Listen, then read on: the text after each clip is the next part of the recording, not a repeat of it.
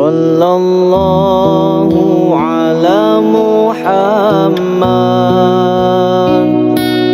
sallallahu alaihi wasallam.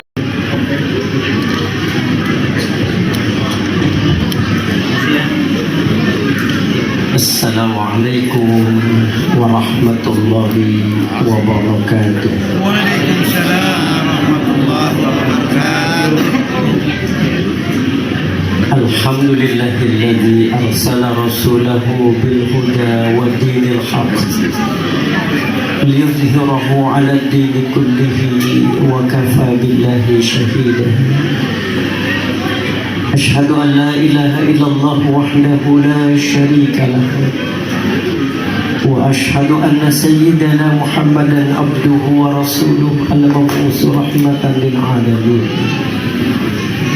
Allahumma salli wa sallim ala sayyidina wa habibina wa syafi'ina wa maulana Muhammadin wa ala alihi wa sahbihi ajma'in, amma ba'd.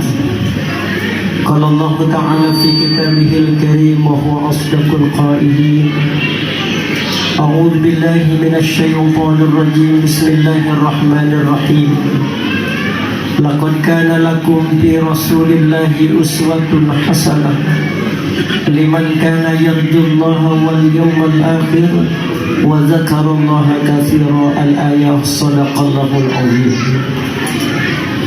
Akhina al-mahbub al-ustaz Dr. K. Haji Agus Wahyudin imamatan Allah bituli hayati wa nafa'a bi'ulumi.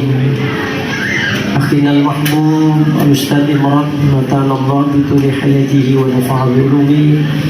Akhina al-mahbub al-ustaz Komaruddin Khalil, al-ustaz Haji Sahrawi, al-ustaz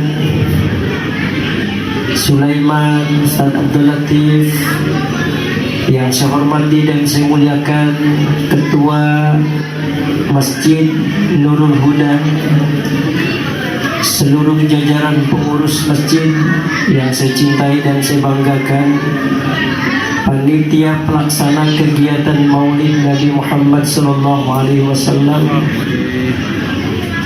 Lurah Petukangan Utara, para pejabat di lingkungan Kelurahan Petukangan Utara, Ketua RW, Ketua RT, yang saya hormati para alim, para ulama, para asatidz, para hujjaj yang tidak sebut namanya satu persatu tetapi tidak mengurangi rasa hormat dan ta'zim. Mudah-mudahan Allah berikan selalu kesehatan, keafiatan dan keselamatan serta keberkahan.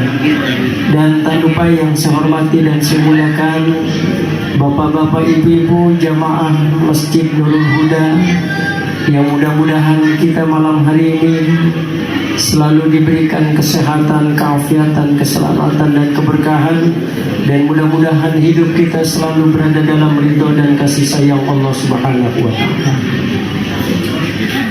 Bapak Ibu sekalian yang dimuliakan Allah Subhanahu wa Ta'ala, saya tanya dulu panitia ini, kita maulud apa maulid nih? Ustaz, kita maulid apa maulid malam ini? Sebab kalau maulud yang kita peringati bayi dilahirkannya, kalau maulid artinya hari yang kita peringati kelahirannya. Kata ibu-ibu gak ada masalah, yang penting ada berkatnya. Bapak Ibu sekalian yang dimuliakan Allah Subhanahu wa Ta'ala, Rasulullah Sallallahu Alaihi Wasallam yang kita peringati hari kelahirannya malam ini, lahir dalam keadaan dunia mengalami kejahiliahan. Bukan hanya bangsa Arab, bangsa-bangsa di seluruh dunia mengalami kejahiliahan. Di sebelah barat itu ada bangsa yang besar dan bahkan disebut bangsa adidaya, superpower, yang kita kenal dalam sejarah bangsa Romawi. Bangsa Romawi punya agama namanya Katolik, punya kitab suci namanya Bible, punya undang-undang yang mengatur tata hubungan yang berkaitan dengan sosial, politik, ekonomi, dan lain sebagainya. Tapi kenapa bangsa Romawi disebut dengan bangsa yang jahiliyah? Karena ternyata para pejabat-pejabat kerajaan Romawi itu memperlakukan rakyatnya sangat tidak manusiawi. Bapak-bapak pernah nonton film Gladiator nggak? Pernah nonton film Gladiator? Itu film Gladiator tuh cerminan persis bangsa Romawi. Coba lihat, budak-budak diadu di sebuah gelanggang olahraga. Masing-masing mereka disuruh pegang pedang. Dan kalau ada salah seorang budak yang terhunus dengan pedang, bersimbah darah, maka pejabat-pejabat bangsa Romawi mereka bertepuk tangan kegembiraannya mereka karena ada salah seorang budak terhunus dengan pedang dan bersimbah dengan darah. Dan kalau ada rakyatnya yang demonstrasi terhadap kebijakan pemerintahan bangsa Romawi, mereka bukan hanya dipotong lidahnya, bukan hanya dipotong telinganya, tapi mereka dibakar hidup-hidup. Begitu kekejaman bangsa Romawi, maka pantas kalau sejarah kemudian menyebut bangsa Romawi sebagai bangsa yang jahiliyah. Di sebelah timur ada bangsa tidak kalah hebatnya dengan bangsa Romawi. Bangsa yang tidak kalah hebatnya dengan bangsa Romawi. Bahkan bangsa ini juga disebut dengan bangsa yang superpower adidaya. Punya agama namanya Zoroaster, punya kitab suci namanya Zend-Avesta Sandinista, bahkan punya undang-undang yang kita kenal dalam sejarah dikenal dengan Undang-Undang Hammurabi. Itulah negara Persia yang sekarang kita kenal dengan negara Iran. Loh, kenapa sejarah menyebutnya bangsa Persia sebut bangsa yang jahiliyah? Karena ternyata para pejabat-pejabat bangsa Persia sama dalam memperlakukan rakyatnya, kadang-kadang sudah tidak berperi kemanusiaan. Itu ada namanya Kaisar Horas itu. Memperlakukan rakyat itu mereka sangat tidak manusiawi. Nah, di antara dua negara besar, ada negara Romawi, ada negara Persia, ada di tengah-tengah negara yang tidak punya agama. Ada tidak punya lagi kitab suci, tidak punya undang-undang yang mengatur tata kehidupan mereka. Hidup mereka itu nomaden, dari satu tempat ke tempat lain. Kegemaran mereka berperang. Dan kalau mereka memperlakukan wanita hanya sekedar pemuas nafsu belaka. Dan bahkan kalau mereka punya anak perempuan, saking malu mereka punya anak perempuan, dikuburnya perempuan itu dalam keadaan hidup-hidup. Itulah dalam sejarah yang kita kenal dengan bangsa Arabia. Jadi bangsa-bangsa di dunia itu masa kejahiliaan. Makanya Rasulullah SAW 14 abad yang lalu diutus oleh Allah. Misinya apa? Innama bu'istu liutammima makarimal akhlak. Jadi sungguh kata Rasulullah, aku diutus oleh Allah untuk menyempurnakan akhlak. Kenapa? Karena dunia dalam keadaan jahiliyah. Oleh karena itu perlu adanya manusia yang mengubah peradaban yang tadinya tidak bermoral menjadi bangsa yang bermoral. Nah, karena misi Rasulullah SAW ini begitu luar biasa beratnya, menghantarkan seluruh dunia dalam kehidupan yang normal, kehidupan yang berakhlak, maka Allah mendesain Rasulullah Sallallahu Alaihi Wasallam dengan lahir tanpa didampingi ayahnya. Betul? Berapa bulan dalam kandungan Rasulullah sudah ditinggal ayahnya? 2 bulan. 2 bulan Rasulullah sudah ditinggalkan wafat ayahnya. 6 tahun dalam asuhan ibunya, pulang dari Abwa, ibunya pun meninggal dunia. Dalam usia yang sangat relatif muda dan sedang butuh kasih sayang orang tua, kenapa Allah skenariokan Rasulullah lahir tanpa seorang bapak dan usia 6 tahun sudah ditinggalkan ibu? Ada apa Allah menskenariokan ini? Jawabannya apa kata Rasulullah? Adabani Rabbi fa ahsana ta'dibi. Kenapa Allah skenariokan Rasulullah lahir tanpa seorang bapak, 6 tahun dalam asuhan ibunya, ibunya pun wafat? Ini tidak lain karena Allah ingin mendidik akhlaknya Rasulullah seperti akhlaknya Allah Subhanahu wa ta'ala. Sebab kalau seandainya Rasulullah itu lahir dengan adanya seorang bapak, lalu kemudian dididik oleh ayahnya Abdullah dan ibunya Siti Aminah, pastinya Rasulullah terkontaminasi oleh pemikiran dan akhlak bapak ibunya. Allah hindarkan itu. Makanya Rasulullah mengatakan, Adabani Rabbi fa ahsana ta'dibi. Allah yang telah mendidik aku sehingga sempurnalah didikan Allah terhadap diriku. Maka tidak ada manusia di muka bumi ini yang akhlaknya bisa menyamai akhlaknya Rasulullah, karena memang Rasulullah dididik langsung oleh Allah Subhanahu wa ta'ala.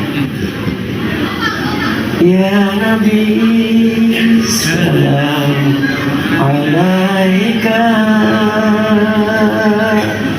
ya Rasul salam salam alaika, ya Habib salam alaika, ya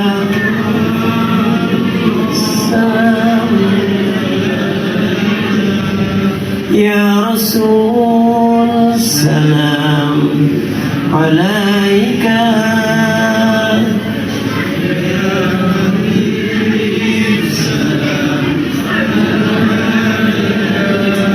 salawatullah.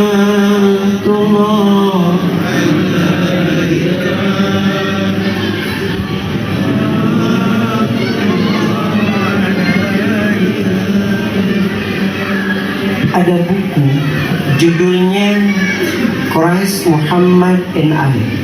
Dr. Agus Wahyudin pasti sudah baca itu buku. Isinya sangat menyakitkan hati kita umat Islam. Yang menulis Muhammad Ghazali. Dia berkebangsaan Mesir. Saya ulang-ulang itu buku itu baca. Isinya hanya menyinggung perasaan kita umat Islam. Dia katakan bahwa Muhammad itu manusia biasa. Dia katakan bahwa Muhammad itu manusia yang tidak ada nilainya sama sekali. Ya Allah, orang ini nggak kenal siapa itu Rasulullah Sallallahu Alaihi Wasallam. Kalau kita baca di dalam Al-Quran, bagaimana Allah sendiri yang menciptakan Rasulullah, Allah yang menciptakan Rasulullah, yang Allah sendiri begitu memuliakan Rasulullah Sallallahu Alaihi Wasallam. Bapak sekalian, ibu-ibu sekalian, baca dalam Quran bagaimana Allah mengapresiasi terhadap Rasulullah Sallallahu Alaihi Wasallam sampai untuk memanggil nama Nabi Muhammad saja dalam Quran Allah kaitkan dengan pangkat dan jabatannya dia sebagai Nabi dan Rasul. Betul? Baca dalam Quran bagaimana Allah ketika menyebut nama Rasulullah Sallallahu Alaihi Wasallam dalam Al-Quran itu pasti dikaitkan dengan pangkat dan jabatannya dia sebagai Nabi dan Rasul. Cuman satu yang Allah tidak letakkan, Baca dalam surah Al-Fat misalnya, Muhammadur Rasulullah,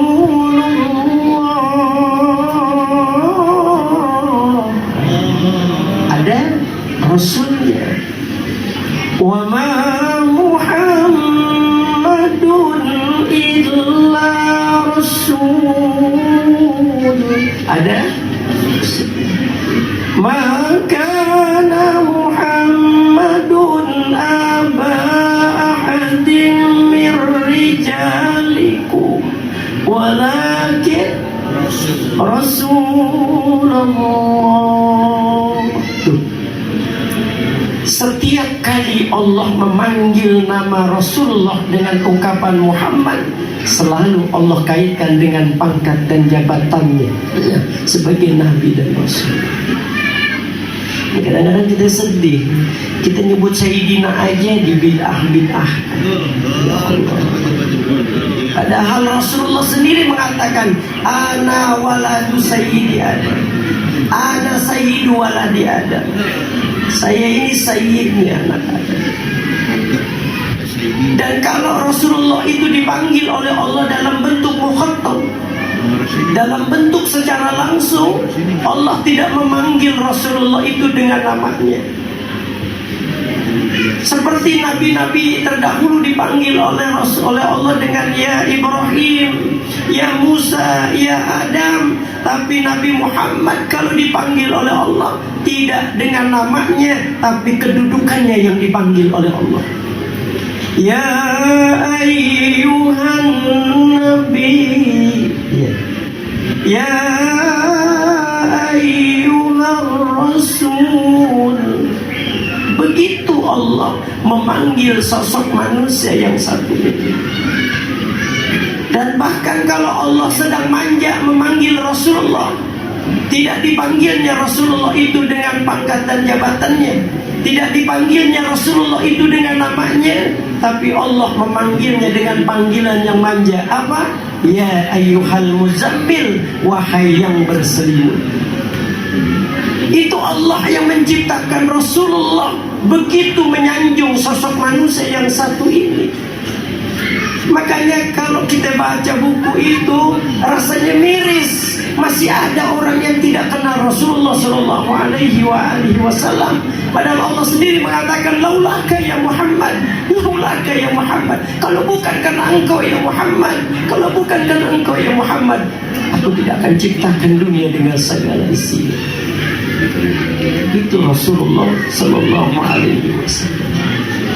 Nah, hadirin sekalian yang dimuliakan Allah Subhanahu wa taala, kita bicara akhlak Rasulullah Sallallahu Alaihi Wasallam. Kalau kita baca dalam kitab Al-Barzanji, tadi baca nggak Al-Barzanji? Baca ini. Wa kana sallallahu alaihi wasallam syadidal haya'i wat tawadhu'. Itu akhlak Rasulullah. Bagaimana Rasulullah itu adalah manusia yang begitu sangat tawadhu. Itu Rasulullah kalau seandainya dia bertemu dengan sahabat, kalau ada sahabat yang menyalami Rasulullah, Rasul yang pertama kali menyalami sahabatnya itu. Dan kalau ada sahabat yang ingin mencium tangan Rasulullah, Rasul dulu yang mencium tangan sahabatnya itu. Dan kalau ada sahabat yang memanggil Rasulullah, bukan hanya kepalanya yang ditengokkan oleh Rasulullah, tapi semua tubuhnya ditengokkan oleh Rasulullah untuk menghargai panggilan sahabatnya itu. Kalau kita, kalau nggak dipanggil embel-embel, kita nggak nengok. Apalagi orang Betawi, kalau nggak dipanggil Pak Haji, kagak mau nengok. Tapi Rasulullah, ya Muhammad, ya Rasulullah, bukan kepalanya saja yang ditengokkan, tapi semua tubuhnya yang ditengokkan oleh Rasulullah Sallallahu Alaihi Wasallam. Dan kalau ada sahabat yang datang ke rumah Rasulullah, Rasulullah selalu menjamunya sahabatnya itu sampai kenyang. Baru Rasulullah tanya, ada apa keperluannya? Beda mana sama kita? Itu Rasulullah Rasulullah, kalau ada sahabat datang ke rumah Rasulullah, tidak ditanya dulu apa keperluannya sebelum Rasulullah menjamu sahabatnya itu sampai kenyang. Loh, kalau kita main ke rumah Ustaz Agus, depan rumah beliau udah bilang, ada apa Ustaz semuanya? Kalau ngecelok duit, mohon maaf aja deh. Rasulullah. Jadi kalau ada sahabat datang kepada Rasulullah, Rasulullah jamu dulu sampai kenyang. Itu akhlaknya Rasulullah Sallallahu Alaihi Wasallam. Dan kalau ada sahabat yang ingin mencium tangan Rasulullah, bisa Rasulullah cium. Begitu akhlaknya beliau. Makanya pantas para pujangga-pujangga selalu mengekspresikan bagaimana akhlaknya Rasulullah Sallallahu Alaihi Wasallam. Seorang sekelas Carol Armstrong, Michael Hart, kemudian Annie Mary Scrimmel, orang-orang non-Muslim, tapi bagaimana pengakuan mereka kepada Rasulullah Sallallahu Alaihi Wasallam terkadang mengalahkan kita sebagai seorang Muslim, di mana kita sebagai umatnya Rasulullah Sallallahu Alaihi Wasallam. Ya Nabi, salam alaika, ya Rasul, salam alaika, ya Habib, salam alaika, salawatullah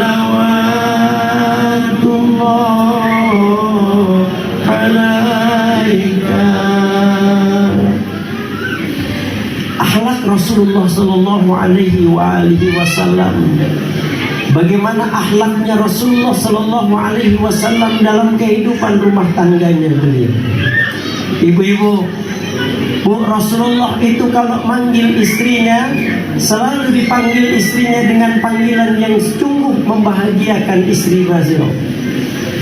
Fatimah sebagai anaknya menyaksikan bagaimana keindahan Rasulullah dalam kehidupan rumah tangga. Makanya pantas kalau Rasulullah mengatakan baiti jannati, rumah tanggaku bagaikan surga bagi. Kenapa? Karena rumah tangga yang dibangun Rasulullah itu adalah rumah tangga yang berdasarkan masjid. Bu, Pak, masjid. Rumah tangga berdasarkan masjid. Sebab rumah tangga itu modelnya ada 3. Ya, Pak Tengku ada 3. Pertama ada rumah tangga modelnya model kuburan. Tahu kuburan? Sepi, nggak ada komunikasi, anak sama istri pada sibuk main gadget. Ini kan lagi zaman gitu. Ini namanya model rumah tangga kayak kuburan. Ada juga rumah tangga model rumah sakit. Tahu rumah sakit? Dokter sama pasien seringkali kadang-kadang ribut. Kata dokter bilang, ini pasien kalau nggak berobat sama saya ini nggak sembuh. Kata sampai. Pasien juga ngomong lagi, dokter juga kalau kagak berobat saya nggak bakalan punya duit. Ribut mereka. Ini ada rumah tangga model begitu. Suami istri ribut sesuatu yang sebenarnya nggak perlu diributin. Coba lihat perempuan-perempuan tuh, bini-bini kalau lagi marah suka mungkin.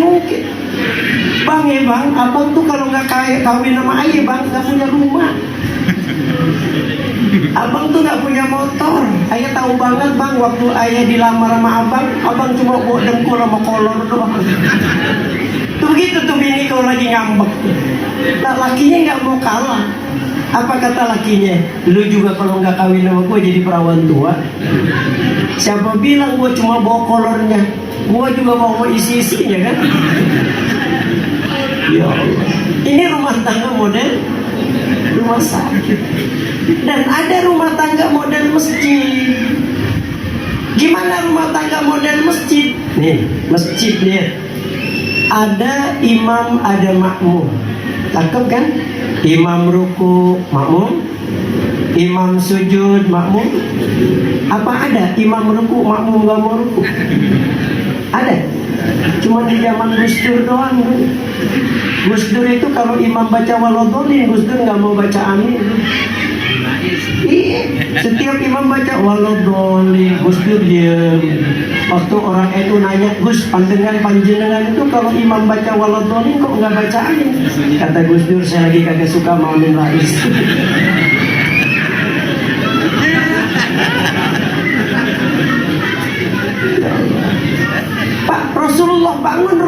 tangga itu, rumah tangga model masjid.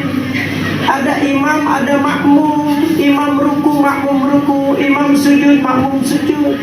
Maka saya selalu menghimbau dalam majelis taklim, ibu-ibu, kalau ayahnya atau suaminya tidak sholat di masjid, ajak sholat di rumah berjamaah, supaya nanti terbangun rumah tangga model masjid. Ya, cakep. Ibu suaminya jadi imam, makmumnya istrinya, anak-anaknya jadi makmum. Cuman jangan kayak model orang Betawi.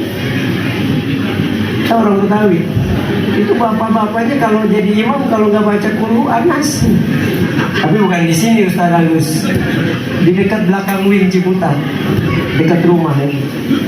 Iya. Jadi ada imamnya bacanya kalau nggak Quran, sampai ada suatu ketika bapaknya ini didaulat jadi imam, makmumnya istrinya, anak-anaknya yang SMP SMA jadi makmum. Cakep tuh salat. Bapaknya siap baca Fatihah, selesai baca waladhdallin, amin. Anaknya di belakang cetong, ribut, kulhu anas. Karena kebiasaan bapaknya baca kulhu anas, anaknya taruhan kulhu anas. Bapaknya di belakang, di depan dengar. Kan orang Betawi begitu, biar tekor asal nyohor. Diganti ayatnya, nggak baca kulhu, nggak dibaca anas lagi.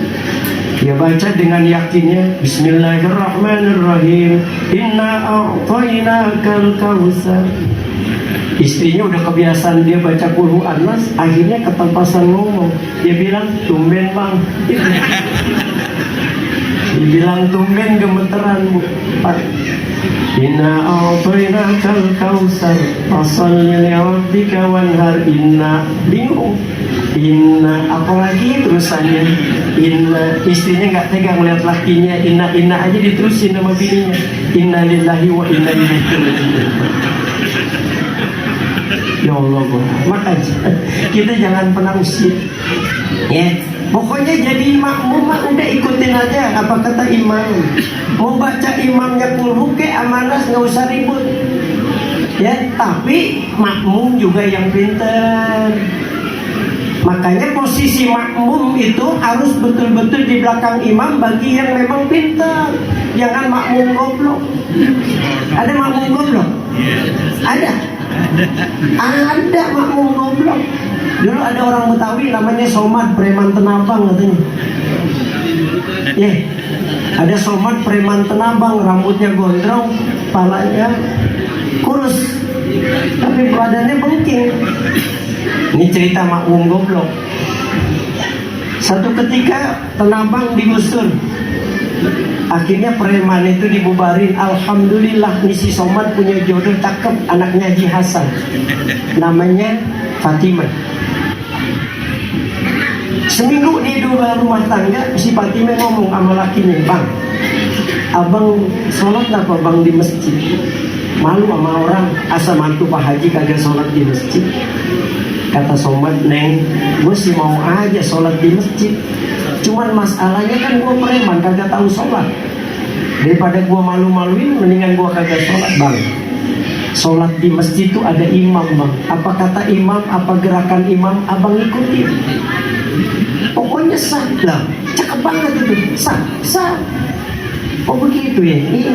Ya udah ambilin gue pakaian buat sholat. Juhur dia berangkat, pakai peci cumbluk tuh, kan rambutnya gondrong.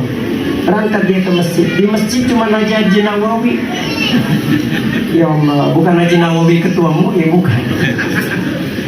Ini Johor Imam Haji Nawawi ngelihat Somad masuk agak gemeteran. Kenapa? Mantan preman, tato belum dihapus. Assalamualaikum Pak Haji, kata Somad. Waalaikumsalam, ya Allah, Somad udah insaf kayaknya. Akhirnya sholat dia berdua. Haji Nawawi takbir, Allahu Akbar. Somad takbir, ingat bininya, Allahu Akbar. Haji Nawawi ruku, Somad ruku. Itu kenapa nggak tahu Somad pantatnya Haji Nawawi kedekatan sama kepalanya. Akhirnya pecinya lepas kena kesenggol pantat Haji Nawawi. Haji Nawawi sujud, Somad sujud. Haji Nawawi bangun dari sujud, Somad nggak bangun-bangun.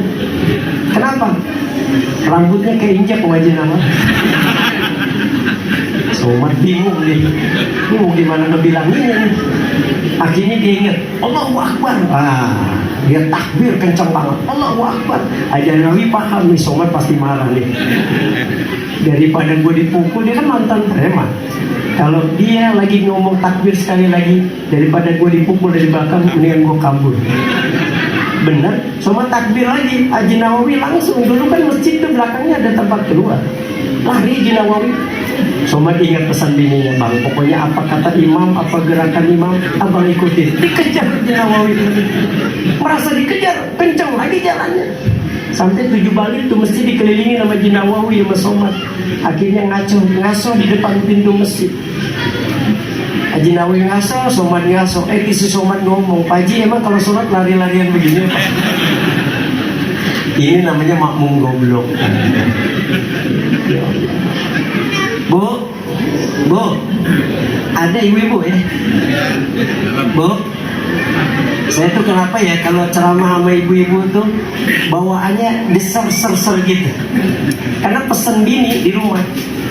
Bini saya tuh kalau saya ceramah di majlis taklim, ibu-ibu pesannya Pak, dia bilang apa? Bang, kalau abang nanti ceramah ada ibu-ibu, terus ibu-ibu janda, dia senang sama abang, abang senang sama dia, nikahin aja bang. Begitu pesannya, makanya saya deg-degan kadang-kadang dengan ibu. Nah sempat saya nanya, tapi dia bilang bang, kalau bisa istri abang itu, ya syaratnya 5 abang nikahin.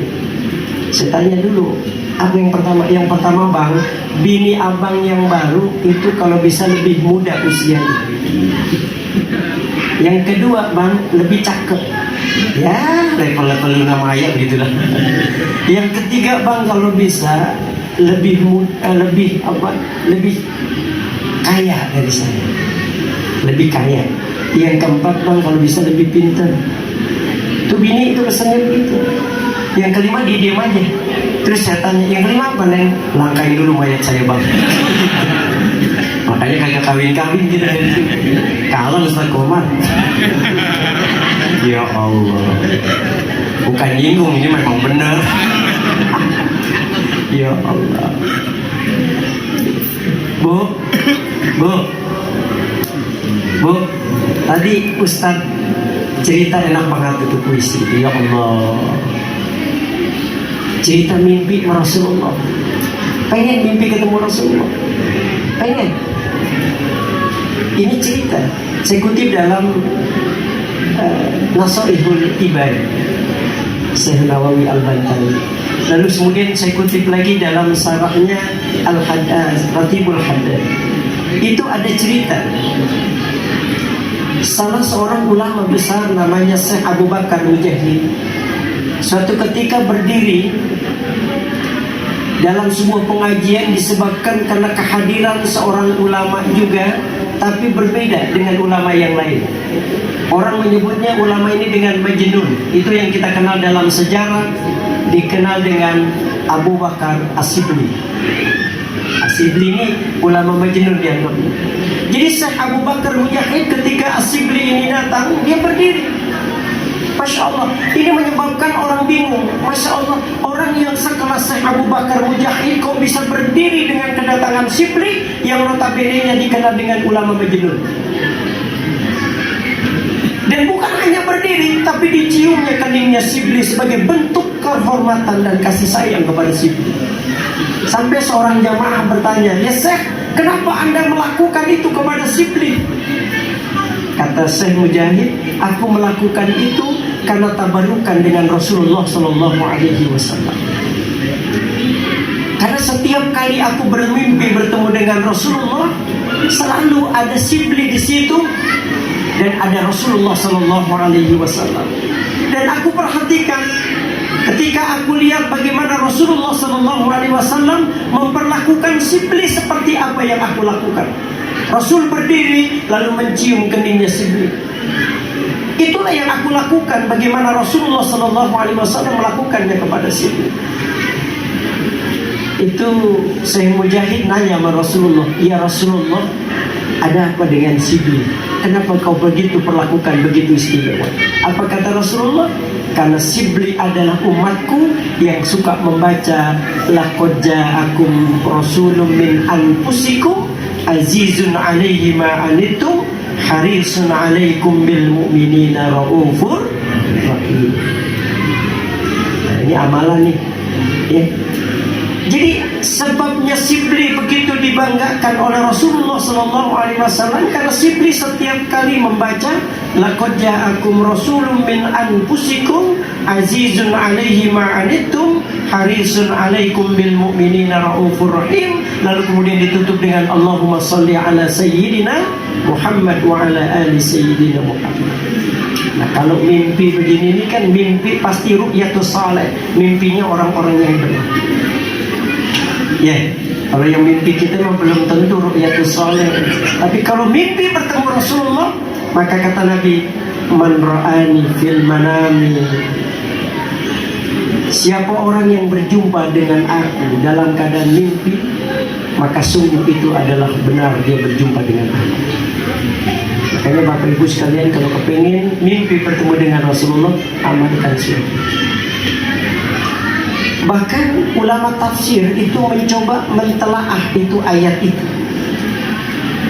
Kenapa dalam ayat itu Allah menyebutkan kata Rasulun? Laqad ja'akum rasulun. Kenapa Allah tidak menggunakan bentuk jamak? Kenapa Allah tidak gunakan laqad ja'akum rusulun min anfusikum? Padahal kita tahu yang datang Allah utus ada 124.000, ada 314 Rasul, ada 25 yang wajib kita ketahui, ada 5 yang masuk ulul azmi. Tapi kenapa Allah menyebutkan hanya seorang Rasul dalam ayat ini? Para ulama juga mengatakan karena Allah ingin menjelaskan selalu ada Sibli di situ dan ada Rasulullah SAW. Dan aku perhatikan ketika aku lihat bagaimana Rasulullah SAW memperlakukan Sibli seperti apa yang aku lakukan. Rasul berdiri lalu mencium keningnya Sibli. Itulah yang aku lakukan. Bagaimana Rasulullah SAW melakukannya kepada Sibli. Itu Syekh Mujahid nanya sama Rasulullah, ya Rasulullah, ada apa dengan Sibli? Kenapa kau begitu perlakukan begitu istimewa? Apa kata Rasulullah? Karena Sibli adalah umatku yang suka membaca laqad ja'akum rasulun min anfusikum azizun 'alaihi ma anittum harisun 'alaikum bil mu'minina raufur rahim. Nah, ini amalan nih. Ya. Jadi sebabnya Sibli begitu dibanggakan oleh Rasulullah SAW karena Sibli setiap kali membaca laqad ja'akum rasulun min anfusikum azizun 'alaihi ma anittum harisun 'alaikum bil mu'minina raufur rahim, lalu kemudian ditutup dengan Allahumma shalli ala sayyidina Muhammad wa ala ali sayyidina Muhammad. Nah, kalau mimpi begini ini kan mimpi pasti ru'yatus saleh, mimpinya orang-orang yang benar. Ya, kalau yang mimpi kita memang belum tentu ru'yatus saleh. Tapi kalau mimpi bertemu Rasulullah, maka kata Nabi, man ra'ani fil manami, siapa orang yang berjumpa dengan aku dalam keadaan mimpi, maka sungguh itu adalah benar dia berjumpa dengan aku. Makanya Bapak Ibu sekalian, kalau kepingin mimpi bertemu dengan Rasulullah, amalkan sih. Bahkan ulama tafsir itu mencoba mentelaah itu ayat itu. Kenapa dalam ayat itu Allah menyebutkan kata Rasulun? Laqad ja'akum rasulun. Kenapa Allah tidak menggunakan bentuk jamak? Kenapa Allah tidak gunakan laqad ja'akum rusulun min anfusikum? Padahal kita tahu yang datang Allah utus ada 124.000, ada 314 Rasul, ada 25 yang wajib kita ketahui, ada 5 yang masuk ulul azmi. Tapi kenapa Allah menyebutkan hanya seorang Rasul dalam ayat ini? Para ulama juga mengatakan karena Allah ingin menjelaskan bahwa manusia yang satu ini berbeda dengan manusia yang lain yang Allah ciptakan. Manusia yang satu ini gak bisa disamakan dengan manusia yang lain. Manusia yang satu ini Allah pun menyanjungnya dengan kalimat wa innaka la'ala khuluqin azim. Sesungguhnya engkau Muhammad memiliki budi pekerti yang sangat. Makanya aneh kalau ada orang yang masih mengkritik Rasulullah Sallallahu Alaihi Wasallam. Ini tandanya nih orang nggak ngerti siapa itu Rasulullah Sallallahu Alaihi Wasallam. Hadirin sekalian yang dimuliakan Allah Subhanahu Wa Taala, kita bicara akhlak Rasulullah. Rasulullah Sallallahu Alaihi Wasallam di tengah-tengah sahabat beliau tampil bukan hanya sebagai seorang sahabat, tapi juga tampil sebagai seorang bapak bagi sahabat. Dan itu kita lihat bagaimana Salman Al-Farisi misalnya, kalau beliau mengadu kepada Rasulullah, ya Rasulullah, aku hari ini belum terkena makanan ya Rasulullah, baru seteguk air tadi pagi hari ya Rasulullah, belum ada makanan yang bisa aku makan ya Rasulullah. Wajah Salman begitu pucat pasti karena belum makan. Apa yang dilakukan Rasulullah? Rasulullah Sallallahu Alaihi Wasallam peluk Salman seperti seorang anak kepada ayah. Dipeluknya oleh Rasulullah sambil mengatakan, sabar ya Salman, sabar, kita sedang diuji. Salman waktu dipeluk oleh Rasulullah, ada tangannya menyentuh lambung Rasulullah dan ada benturan batu dekat lambung Rasulullah Sallallahu Alaihi Wasallam. Salman terkejut waktu itu. Sampai Salman mengatakan, ya Rasulullah, ada benturan batu dekat lambungmu ya Rasulullah. Ada apa ya Rasulullah? Ya Salman, kalau batu ini aku gunakan untuk mengganjal perutku yang sudah lapar. Kalau kamu baru 1 hari Salman belum terkena makanan, aku sudah 3 hari belum makan ya Salman. Begitu Rasulullah. Bahkan Rasulullah kalau di rumah, kalau ada makanan dihadiahkan dari sahabat Rasulullah, Rasulullah belum makan makanan itu sebelum Rasulullah panggil Abu Hurairah untuk membagikan makanan ini kepada ahli sunnah. Dan kalau Rasulullah melihat ada makanan di rumah, Rasulullah selalu bilang kepada Aisyah untuk diberikan kepada sahabat yang belum makan. Bahkan Rasulullah itu kalau mau tidur, Rasulullah Sallallahu Alaihi Wasallam panggil Mikdad, Mikdad, ta'al, Mikdad, ta'al. Ya Rasulullah, kau tolong lihat sahabat-sahabat, adakah mereka sudah kenyang malam ini? Dicek oleh Mikdad. Sahabat-sahabat yang di sekitar rumah Rasulullah SAW udah makan apa belum mereka? Maka Rasulullah akan tidur dengan tenangnya. Setelah Mikdad mengatakan, ya Rasulullah, mereka sudah tertidur dengan kenyangnya Rasulullah. Baru Rasulullah bisa tidur. Makanya Rasulullah mengatakan, wallahi la yu'min, demi Allah tidak dikatakan beriman kalian, tidak dikatakan beriman. Siapa mereka? Ya mereka tidur dalam keadaan lelap, sementara ada tetangganya yang tidak makan malam itu. Itu akhlaknya Rasulullah Sallallahu Alaihi Wasallam. Dan bagaimana akhlaknya dengan kita? Ya Allah, ini barangkali yang menjadi catatan buat kita. Rasulullah Sallallahu Alaihi Wasallam itu kalau bicara sayangnya sama kita, sungguh tidak ada satupun pemimpin di muka bumi manapun yang kecintaannya kepada umat yang bisa mengalahkan Rasulullah Sallallahu Alaihi Wasallam.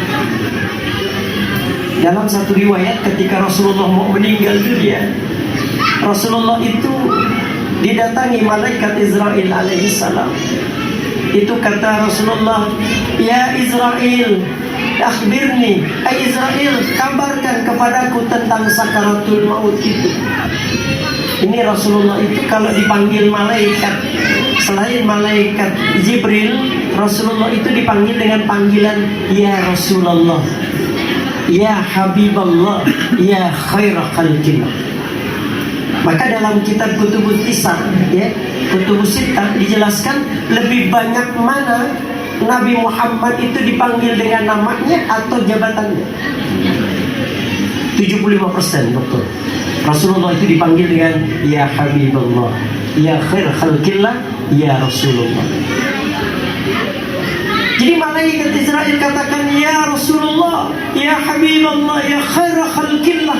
Setahu aku sakaratul maut yang paling indah ya Muhammad ya Rasulullah, sakaratul mautnya Nabi Musa alaihissalam.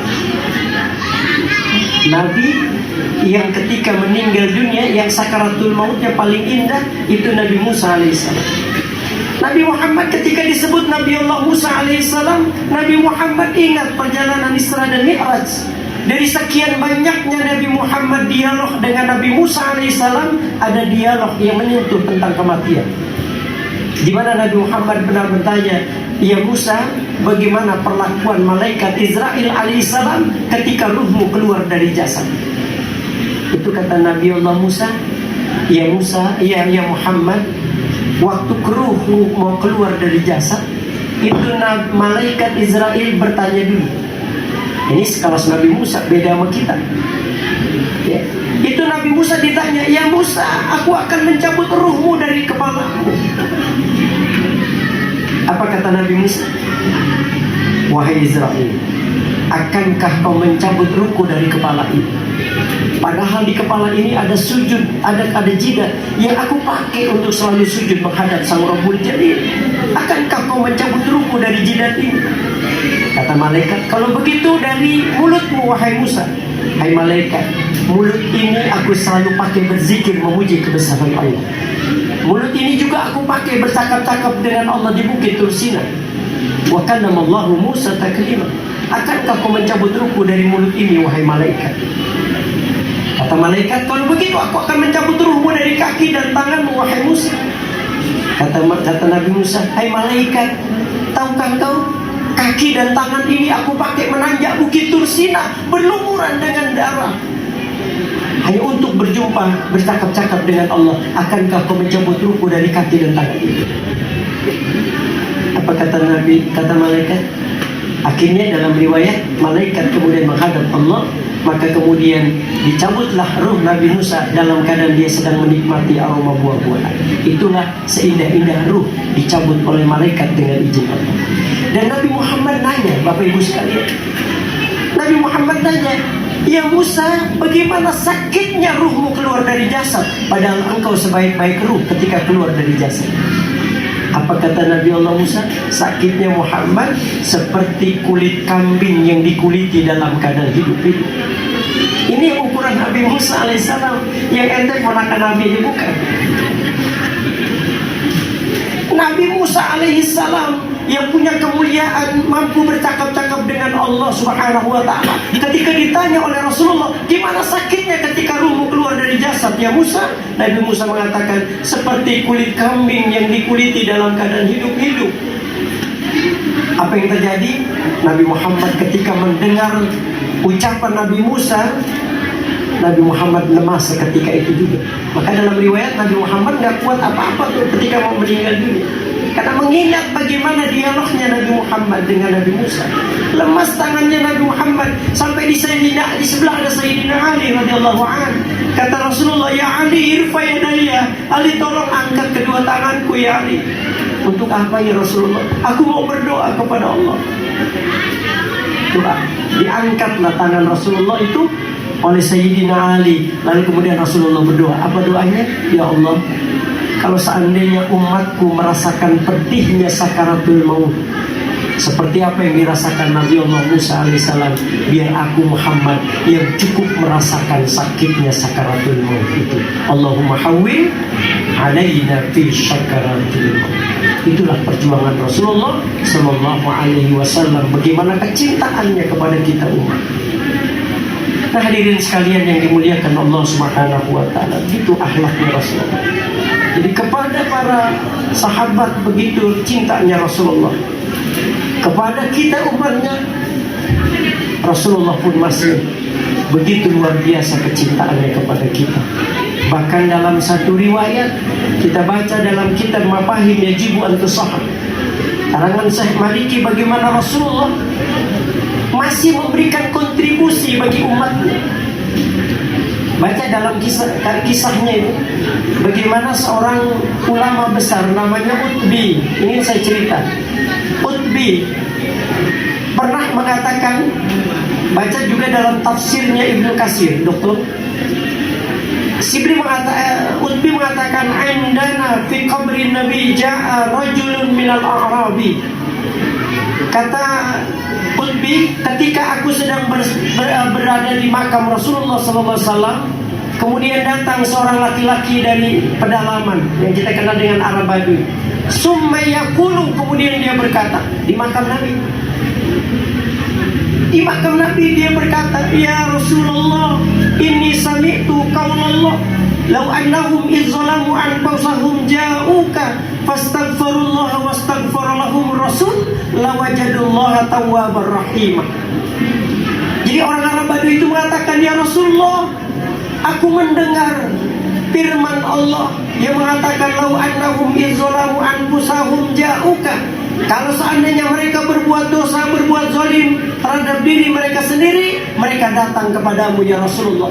Jadi di zaman Nabi itu kalau mereka punya dosa, mereka gak malu-malu datang kepada Nabi menceritakan. Bagaimana dengan aku ya Rasulullah? Aku bergelimang dengan dosa dan maksiat. Aku butuh syafaatmu ya Rasulullah. Fastaghfirullah, mereka memohonkan ampunan kepada Allah. Wastaghfarulahumur rasul, dan engkau pun memberikan kontribusi agar mereka pun diampuni oleh Allah. Lawajadullaha tawwabar rahim, pantas kalau Allah mengampuni segala dosa-dosa mereka. Tapi bagaimana dengan aku ya Rasulullah? Dia mengadu, dia cerita tentang dirinya. Lalu setelah itu kata Utbi, dia pulang lagi. Utbi bermimpi. Yang dalam mimpinya apa? Ya Utbi, kata Rasulullah. Dalam mimpinya dia bertemu dengan Rasulullah dengan mengatakan, "Ya Utbi, ilhaqil a'rab wa bashir lahu wa qad ghafarallahu." Berikan kabar kepada dia, kejar dia wahai Utbi, kejar dia, dan berikan kabar gembira buat dia bahwa Allah sudah mengampuni dosa-dosa. Itu Rasulullah SAW. Makanya kalau kita di Raudhah, jangan lupa kita meminta wasilah Rasulullah SAW. Mudah-mudahan kita diberikan keberkahan oleh Allah. Ya Nabi, salam alaika. Ya Rasul, salam alaika. Ya Habib, salam alaika. Salawatullah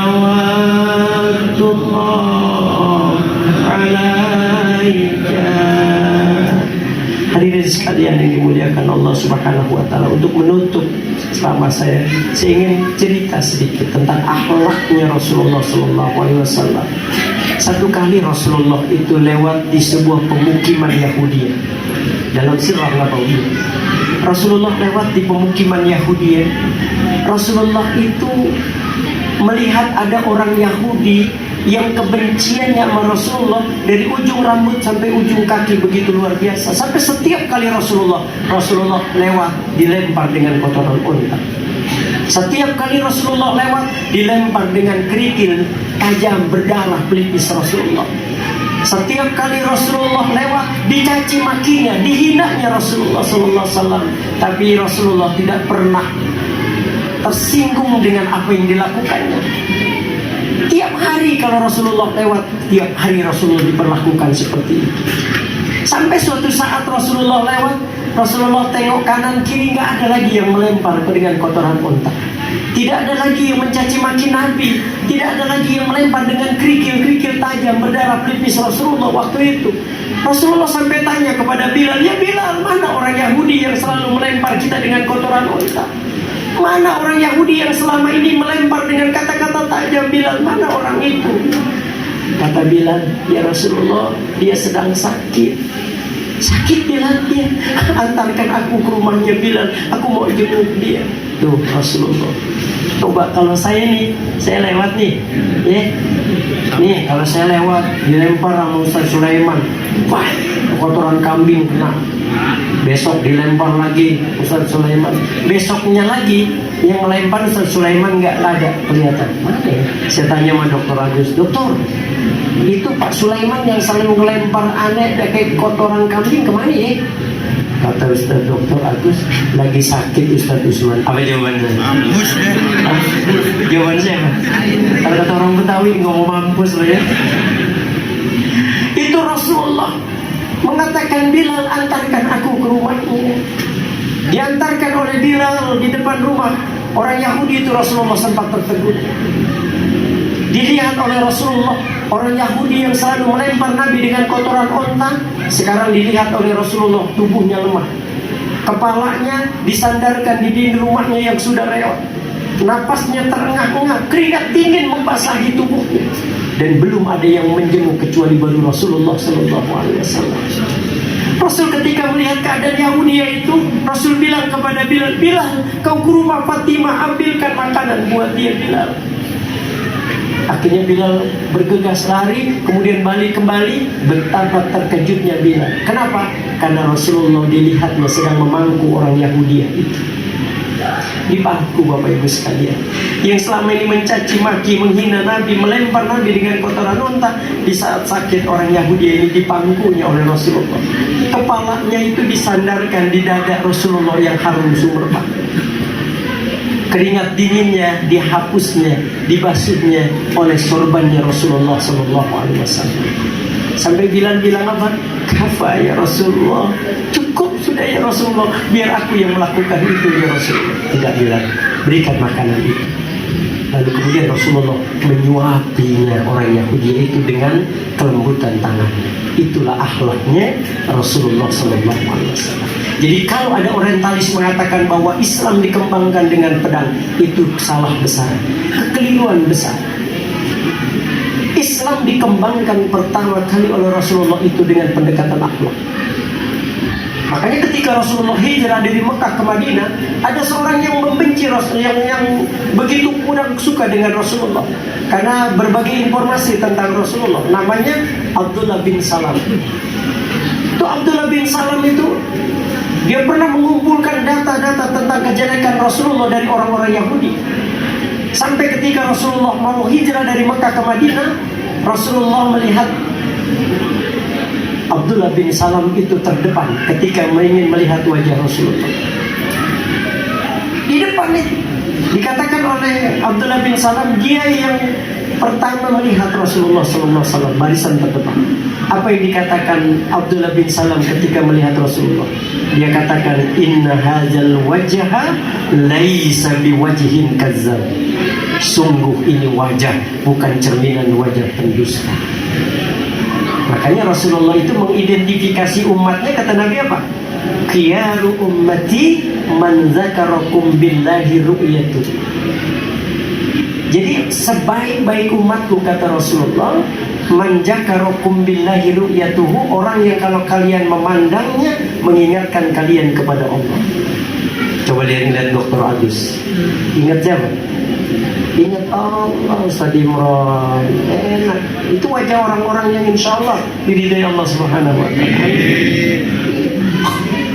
Khiyaru ummati man zakarakum billahi ru'yatuhu, orang yang kalau kalian mandang wajahnya mengingatkan kalian kepada Allah Subhanahu wa ta'ala. Makanya ketika Abdullah bin Salam melihat wajah Rasulullah, dia katakan, Inna hadzal wajha laisa biwajhin kadzab, karena wajah Rasulullah mencerminkan wajah orang yang salah.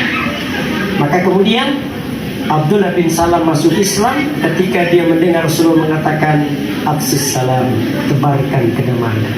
Inilah agama yang memang diturunkan oleh Allah Subhanahu wa ta'ala. Masuk Islam Abdullah bin Salam karena akhlaknya Rasulullah sallallahu alaihi wasallam. Ya, mudah-mudahan peringatan Maulid ini menggugah semangat kita agar lebih mencintai Rasulullah sallallahu alaihi wasallam dan mengenal akhlaknya beliau. Jangan hanya sekedar kita membaca sejarah Rasulullah, tapi kita juga mampu meneladani akhlaknya beliau. Jadi jangan sampai tadi kata Ustaz, kita berapa kali ngikuti penglihatan Maulid tapi nggak ada perubahan.